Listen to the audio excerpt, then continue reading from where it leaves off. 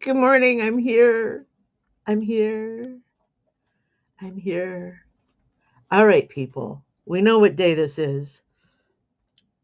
Some of us are officially senior citizens, so, have some respect. Good morning, everybody. Good morning.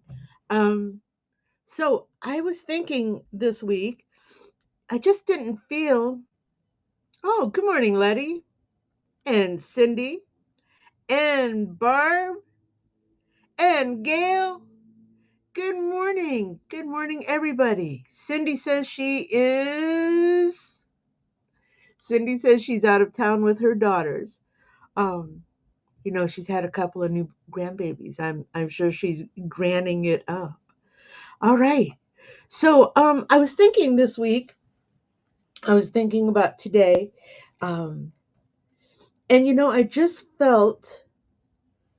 I just felt like the whole uh applique lace thing was incomplete.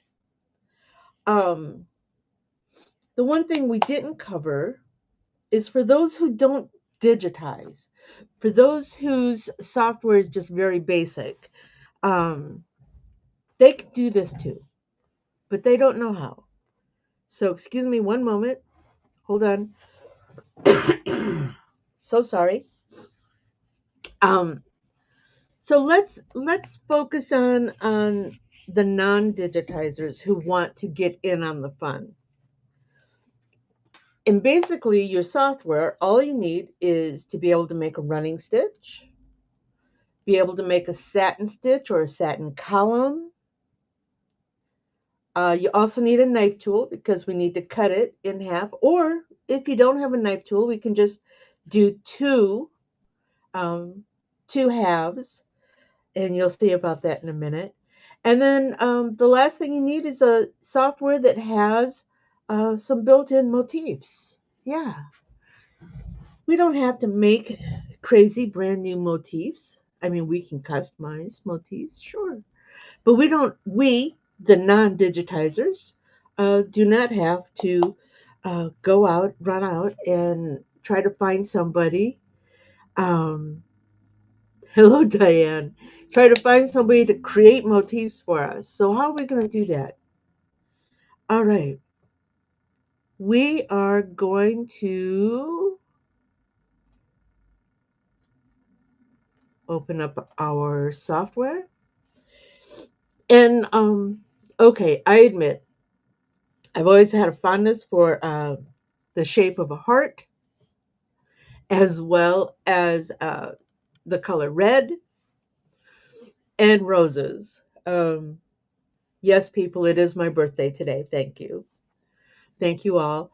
Um, but here, let's focus. Focus. So we're using our heart shape. You might remember we used this shape last week too. Good morning. Who is Capricia? Did I get that right? Good morning. So here's what we're gonna do. We created our shape, right? We created our shape, the shape we want to use. Um, Now, here's something we need to think about. If we use this shape, and I'm going to copy it because I want two shapes. So where to go? Why are you not letting me duplicate? There we go. That should do it. Duplicate. So now I have two of these. One of them I'm going to hide because I don't need it right away. And then I'm going to use the other one, and I am going to look at motifs. Actually, let's hey Frank. Frank went crazy with all the birthday wishes. Thank you very much. Actually, I'm going to unhide this one and bring it to the bottom, and then I'm going to change its color so you can see it. And then I'm going to enlarge this a little bit so you can see that. So one of the things I want to tell you, hey, John. God, we got a full house today. Wonderful. So if you're going to do this with your built-in motif, some of that motif, most of them lay on a center line, which is okay. We can deal with that. Um, you might lose some of your motif under your fabric, and that's okay. In this case, let me just fill this up. In this case, this is what we're going to see on our lace piece. It's not exciting, but it's there. Now, if we take our motif and we change it to something else, here, how about these curves? Those are kind of pretty. Let's go back out a little bit. What do you think? Now, just remember the orange is our fabric. Gosh, that's a lot of fabric, isn't it? Let me just open that up so it doesn't like go crazy. Oops, wrong one.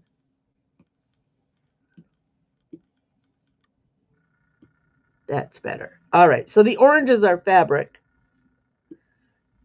And we lost our motif. Oh, that was kind of pretty. Um, so as you can see, that motif, this is the line it lays on, which is nice, and that's kind of pretty. But listen, we got all kinds of other motifs in here. Hearts. Don't forget, we can always uh, reverse our curves. Oh, yeah, that didn't quite give me what I wanted, did it? Let's go back. Yeah, we might want to use these hearts. Let's save those for the next half. All right, so, oh, here's a scroll work. That's kind of pretty. You don't, and the point is, you do not have to have custom made motifs to do this. In your software, you just need to be able to create a shape using a running stitch. You may need to make the running stitch, either cut it where you need to, or make two of them. You need a satin column or a satin stitch. That's going to be your border stitch. And then your motifs. We have lots and lots of motifs here. Let's see what else we got. That one's kind of crazy. What else? No, I don't care for that one too much. But maybe somebody does. Don't let me ick your woo. Ooh, I like this one. Oh, let's see what happens if we reverse it. Does it give us a better? Yeah, there we go. That one's kind of nice. What do you think? So if I blow this up and go down, we're only losing this bottom section here. Thank you, True. True is Cindy's daughter. Yeah, that one actually looked kind of nice. I kind of like that one. Let's go back to fit. So that's the point. What satin border do I like? I like the motif too, Barb. So Barb is asking, what satin border width do I suggest? Well, here's the thing. When it comes to applique, I'm a terrible trimmer. I know. You get your scissors out there and you trim as close as you can to those stitches without cutting the stitches, but I always wind up leaving ragged edges. So I lean more toward a 4 millimeter satin. Here, let's just make this one a 4 millimeter satin.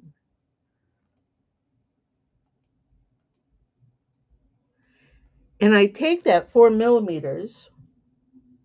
Sorry, I lost a keyboard this week.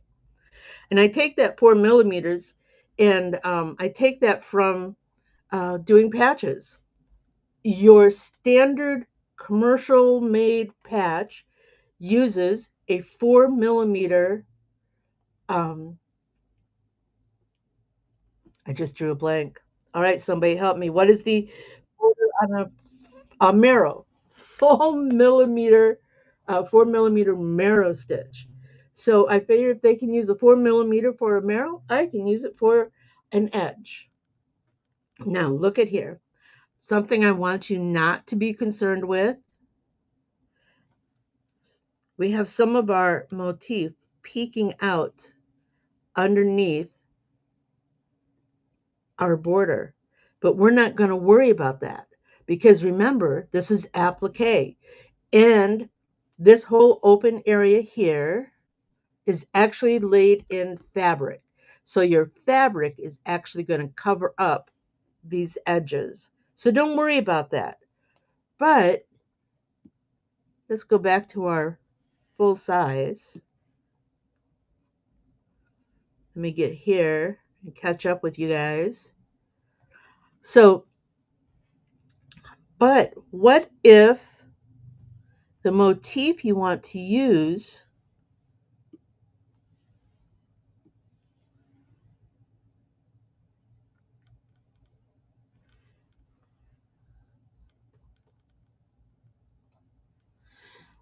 Letty wants to know if I think trimming the fabric, the applique fabric, would snag the border. It can if you're not careful with the point of those scissors. If you're not angling your scissors at a nice horizontal to your fabric, if you're turning those scissors down a little bit, just like anything, you're going to poke into the fabric. And if your motif threads are in the way, you're going to trim those. So just be careful, just like any other time that you're going to do, a applique, you just need to be careful about how you're trimming. Sorry, I get distracted. I like to say I can do multiple things at once, but I can't. All right, so let's find another motif. What else have we got in here? Let's see. Nope. What's in the kitchen?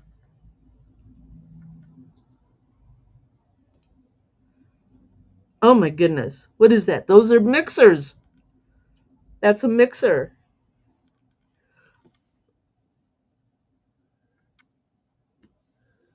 What if we reverse the mixer? Yeah, we're still not getting enough of it. What about chef's hats? Chef's hats would be really cute. Let's see. Letty is saying she thinks that she would want to make sure the small stitch link stitches are on that motif. Letty, are you talking about the motif that we did just a minute ago? The octagon shape. Is that an octagon or hexagon?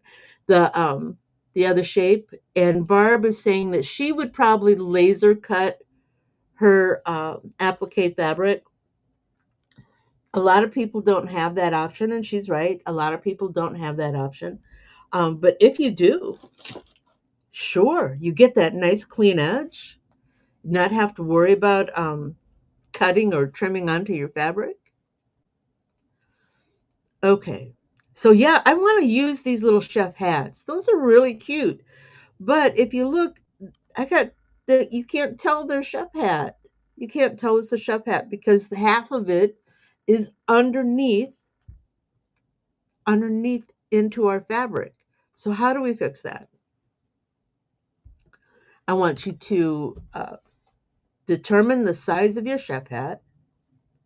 And if we look over here at our settings, we can see that this is a 16 and 3/8 millimeter chef hat, top to bottom.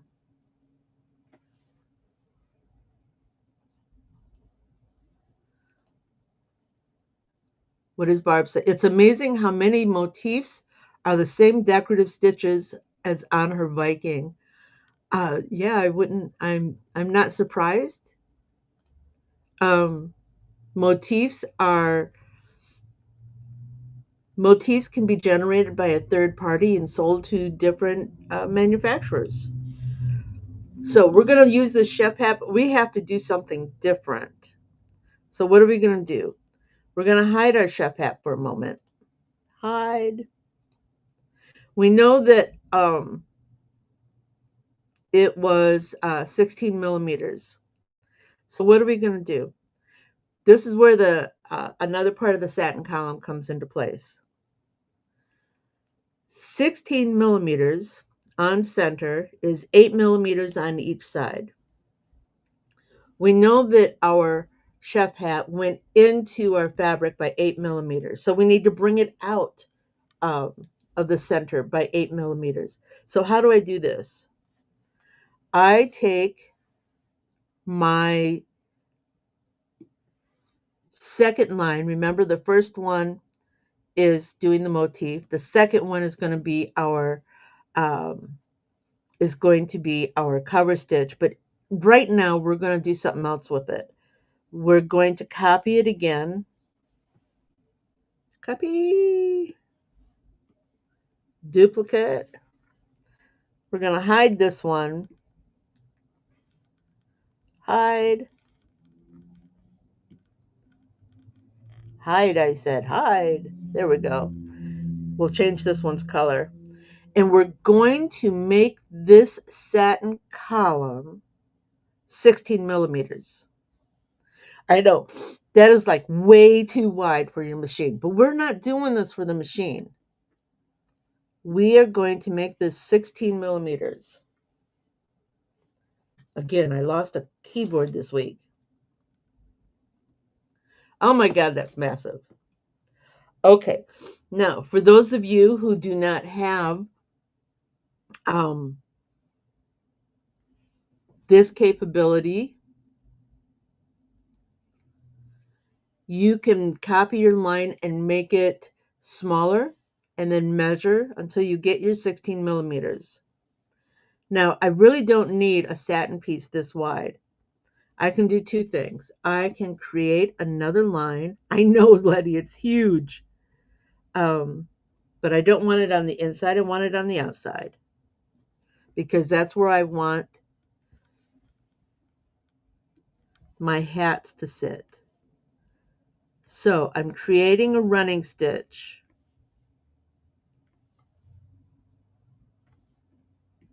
that goes outside that 16 millimeter border.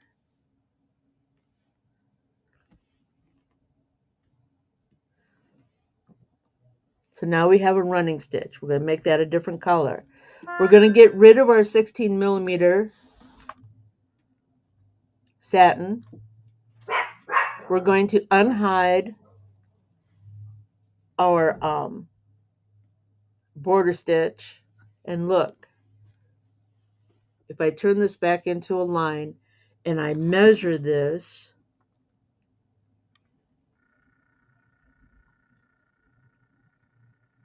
oh, well, that didn't do what I expected. It's 11 millimeters. Let's see what happens if we put our hat on that. Go to kitchen, chef's hat. Oh, but it worked out perfectly, didn't it? Make that back into our border.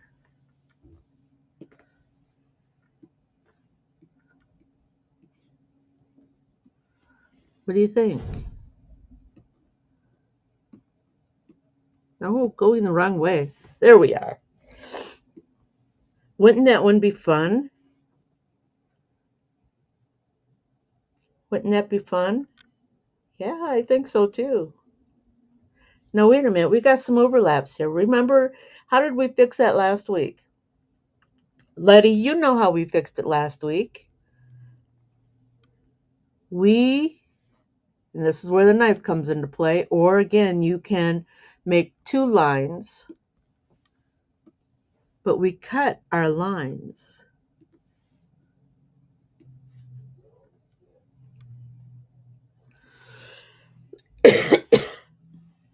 Barb is telling me that she likes a more lacy look.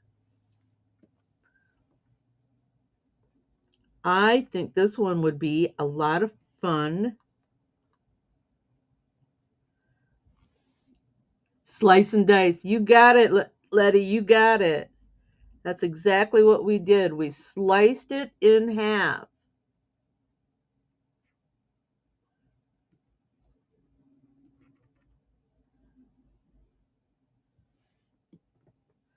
Now we're going to move it on both sides because we want it to stay even.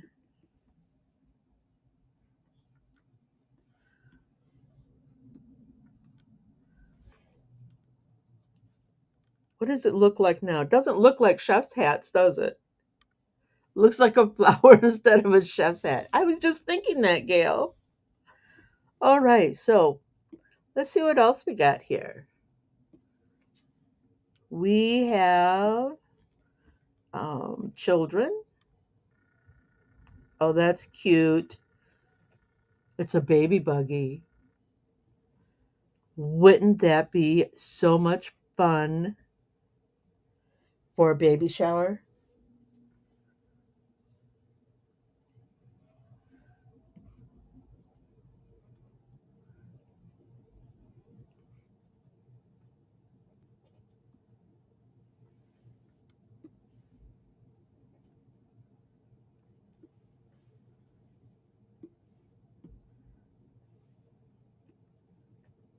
But of course, we would put, because it lays on a bottom line, we would just put it right along our bottom line.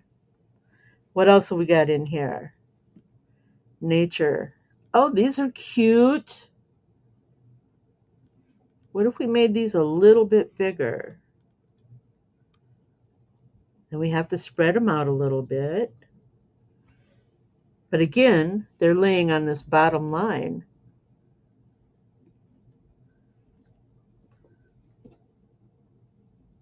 Oh my goodness. I got to get that keyboard fixed. That's all there is to it. I can't work like this.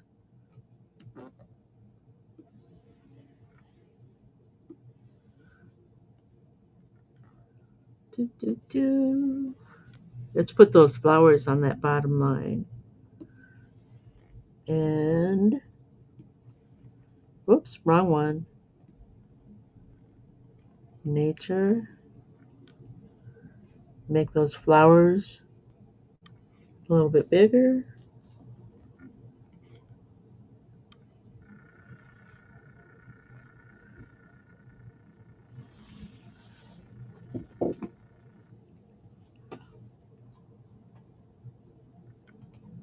That is a wonderful idea, Barb.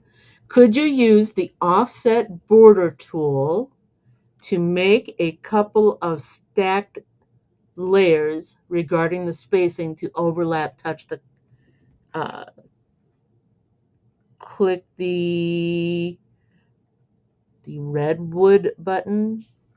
I don't know what the redwood button is.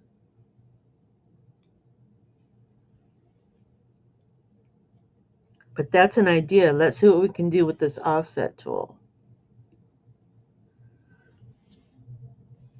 We're going to hide this one. We're going to hide these. Hide. Hide. Make a copy. Duplicate. Change the color. Make it a line. All right. Let's give this a try, Barb. I am going to take this,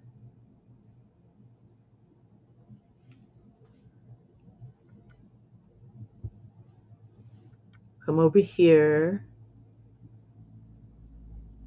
Oh, the new redwood button. Yes. Yes. Sorry, it's still new to me. When I work with the redwood button, I just look for this squiggly one up here that looks like cauliflower. I may be wrong, but it looks like cauliflower. Okay, so we're going to do this. I'm going to take that off and do this. And we're going to increase it by 8. Do a running stitch. You don't need the inside one. Barb, you're a genius. Barb's a genius. I took the long way because some people don't have these offset tools. Remember, we're working today for the people who have very minimal experience and very minimal tools. But for you and me, Barb, and anybody else who's running Willcom 26, this is an amazing way to go.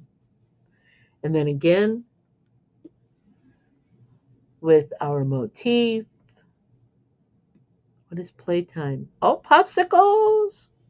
There's a lot of cute ones here for kids. I like these. Barb says she's been messing around with features. Next thing, Barb, you should build a show. You should build a broadcast. Butterflies. I would reverse those. Yeah. And I would pull them out a little bit, only because I don't want to hide the bottom of the butterfly.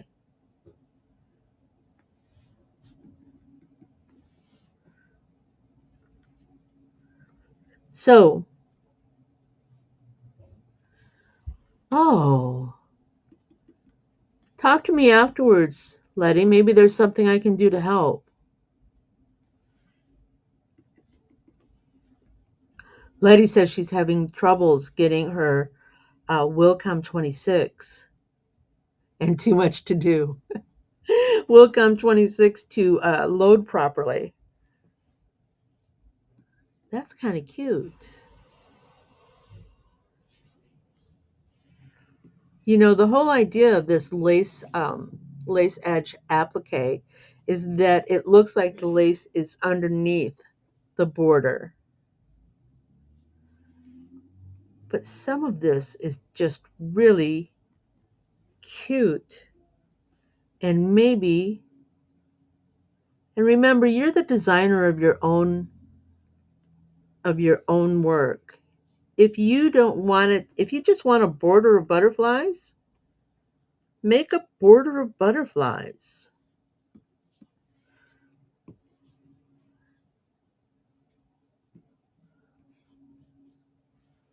See, there you go. Of course, like I said, um, the whole idea is lace bordered applique. But again, you are the maker of your own designs. This would be really cute. There are, oh, I don't know, how many are there? There are hundreds of motifs in here.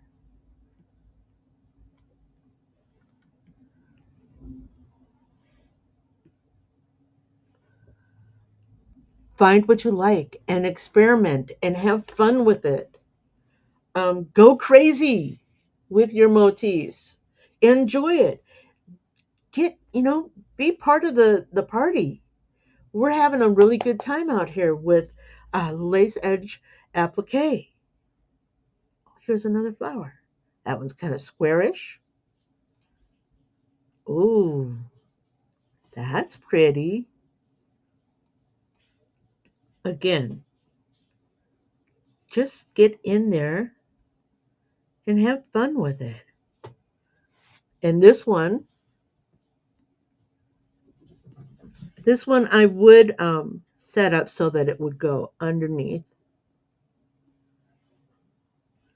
Of course, I'm taking a shortcut here, people.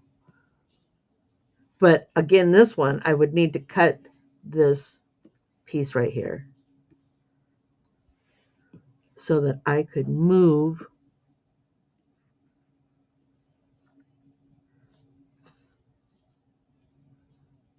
I got too many nodes.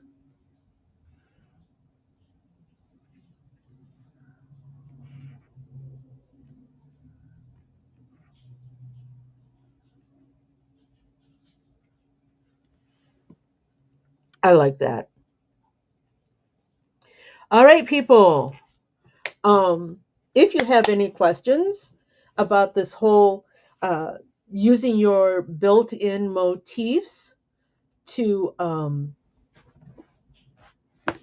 do your lace edge applique, give me a holler. You can email me at quick2stitch dot quick2stitch@gmail.com. You can find me through contacts on my website, quick2stitch.com. Facebook, social media. I'm here for you. Any questions? You're welcome, Diane. Any questions? Just give me a holler. Be happy to help. Oh, there was one other thing. Oh, yes. For those of you who work with a brilliance stitch artist, I believe you only need up to stitch artist 2.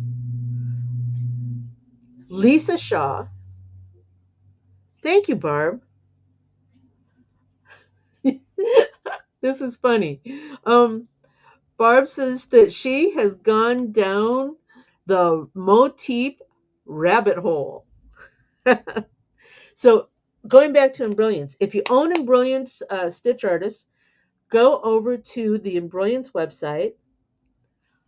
Lisa Shaw has developed 6 motifs that, if I read this correctly, that she is giving away to help um, the people enjoy this motif craze that we're going through. And with that in mind, um, you all have a great day. Don't forget your loved ones. Valentine's Day may be the day that we actually think about this. It should be an everyday thing. Um, but yeah, go give somebody a hug. They might need it, they might want it, and you'll enjoy it. All right, time to go. You all have fun. Fun? Do you have more questions? Do you want to learn something new? Join me at quick2stitch.com for coffee and conversation, and we'll talk about it. Embroidery machines, designs, and business. Hope to see you soon. Bye now.